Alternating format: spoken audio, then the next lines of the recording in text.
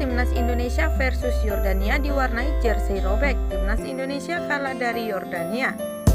Seperti yang dilansir tribuntimur.com, Timnas Indonesia harus menyerah dari Timnas Yordania dalam pertandingan kedua kualifikasi Piala Asia 2023, yakni pada Minggu 12 Juni 2022 dini hari waktu Indonesia Barat.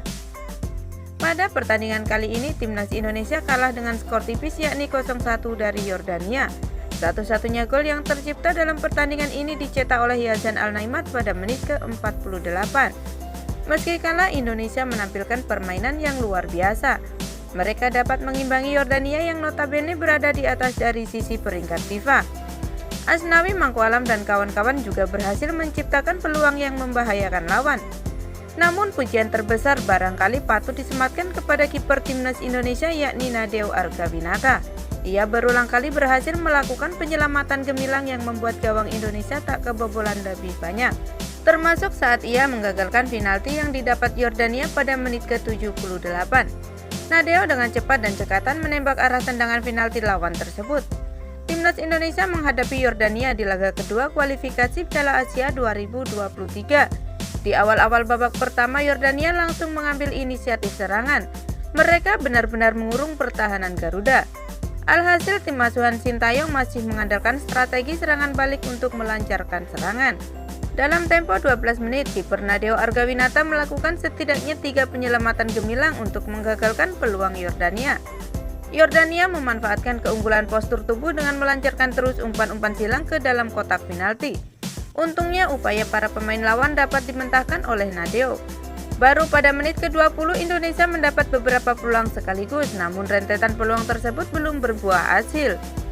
Pada menit ke-26 ada kejadian cukup unik. Ketika itu Mark Klok mencoba mengejar pemain Jordania bernomor punggung 10, yakni Moussa Altamari. Sayangnya Mark Klok kalah adu sprint dengan Altamari. Klok lantas mencoba memegang bahu sang lawan untuk mengganggunya. Altamari yang terus melaju membuat Klok hilang keseimbangan. Ia terus memegang jersey Altamari yang membuat jersey tersebut robek besar.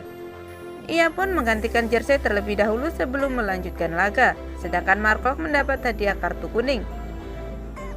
Setelah itu laga berlangsung cukup berimbang, kedua tim sama-sama menciptakan peluang, akan tetapi masih lemah dalam penyelesaian akhir. Pada menit ke-42 Indonesia mencatatkan shot on target lewat Sadil Ramdhani. Ia melepas tendangan keras yang sayangnya masih bisa dihalau oleh kiper Yordania. Skor 0-0 menjadi tanda berakhirnya babak pertama. Di babak kedua Yordania tampil lebih agresif.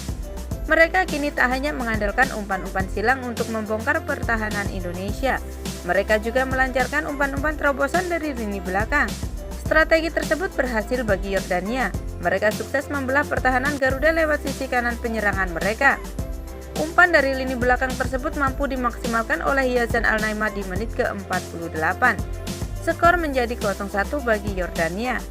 Tekanan bertubi-tubi yang terjadi di babak kedua sempat membuat Garuda kelabakan. Imbasnya pada menit ke-78 Yordania mendapat hadiah penalti. Asnawi Mangkualam dianggap melakukan pelanggaran kepada salah seorang pemain lawan. Wasit pun langsung menunjuk titik putih bagi Yordania. Untungnya kiper Nadeo Argawinata berhasil menggagalkan penalti tersebut. Skor 0-1 itu terus bertahan hingga akhir laga.